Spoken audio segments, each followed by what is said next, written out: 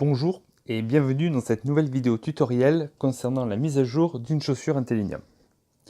Pour ce faire, ouvrez l'application Intellineum, allez sur l'écran Équipement et cliquez sur l'équipement que vous voulez mettre à jour. Vous devriez arriver sur cet écran. Le titre en haut de la page change par rapport à la chaussure que vous essayez de mettre à jour. Donc c'est normal si vous n'avez pas le même titre. Assurez-vous que le Bluetooth de votre téléphone est allumé et appuyez sur Système. L'application mobile va chercher à se connecter à la chaussure. Si la chaussure est détectable, elle devrait apparaître à l'écran avec la version matérielle de la chaussure ainsi que la version logicielle.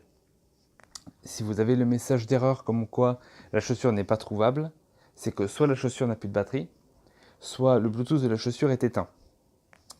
Si c'est le cas, la séquence à faire sur le capteur de force est de 3 longs qu'il faut répéter. Une fois fait, la chaussure validera votre demande et allumera son Bluetooth. Cliquez de nouveau sur Système et vous devriez réussir à vous connecter dessus. Comme vous pouvez le constater, il y a un écran vert avec une flèche qui se met à droite de la version logicielle.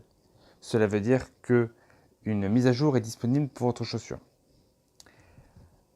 Les étapes de mise à jour pour la version que vous avez actuellement sont un peu différentes de celles habituelles parce que la chaussure que vous avez a une version logicielle qui commence à dater et on a un problème de compatibilité sur la partie mise à jour.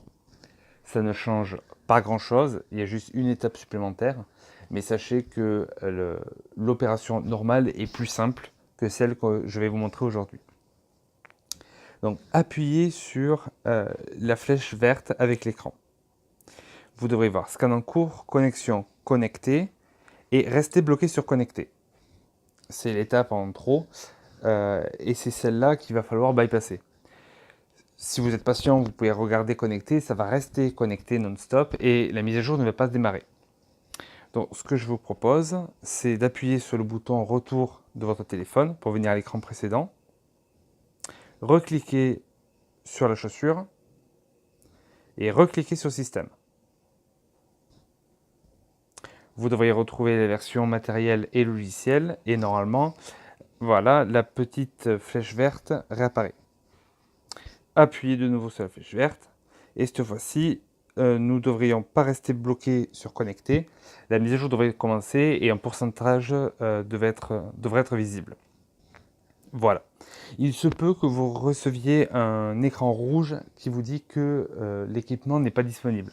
Appuyez juste sur OK, voilà, comme présent. Appuyez sur OK, laissez faire et la mise à jour continue. Encore une fois, le fait que ça soit resté bloqué sur connecté et que vous ayez le message rouge comme quoi la chaussure n'est pas détectée, c'est dû à un problème de compatibilité comme la version du firmware est trop vieille. Ce ne sera plus le cas sur les prochaines versions. La mise à jour prend entre 3 et 4 minutes suivant le téléphone que vous utilisez. En fait, ça dépend vraiment de la chip Bluetooth de votre téléphone. Certaines sont plus rapides que d'autres. Une fois que la mise à jour sera terminée, donc qu'on atteindra 100%, la chaussure va se reset automatiquement. Le but du jeu est de valider que le firmware qui a été mis à jour a été bien mis à jour, qu'il n'y a pas eu de données perdues ou de paquets erronés. Une fois que la chaussure redémarre, elle allume automatiquement son Bluetooth, donc là vous n'avez rien à faire, et le téléphone va essayer de détecter la chaussure et de valider le firmware. Donc vous verrez marqué reset en cours, ça peut prendre 20-30 secondes à peu près. Si tout se passe bien, à la fin de ce reset, un écran vert sur l'application mobile devrait apparaître avec marqué que votre équipement a bien été mis à jour. Si c'est le cas, la mise à jour est terminée et vous pouvez utiliser votre équipement avec le nouveau firmware. Si ce n'est pas le cas, n'hésitez pas à m'envoyer un mail, notamment avec une impression écran si possible du téléphone, ou en tout cas avec les différentes actions que vous avez faites pour qu'on puisse trouver le problème et le corriger. Donc, les 100% sont terminés, l'application mobile vous dit bien qu'il y a un reset en cours, et donc là, je vous dis, ça peut prendre à peu près 20 secondes. 20-30 secondes. Donc on va voir est-ce que la mise à jour se passe bien.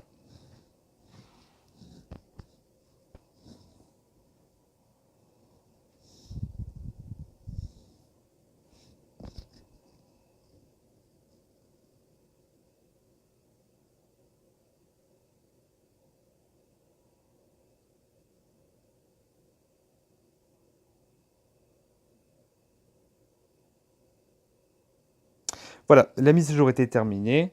L'équipement c'est bien reset comme il faut. L'application mobile est bien trouvée l'équipement. Une vérification du firmware a été faite entre l'application mobile et la chaussure. Tout est ouvert et donc l'application mobile vous le dit et l'équipement est prêt. Merci.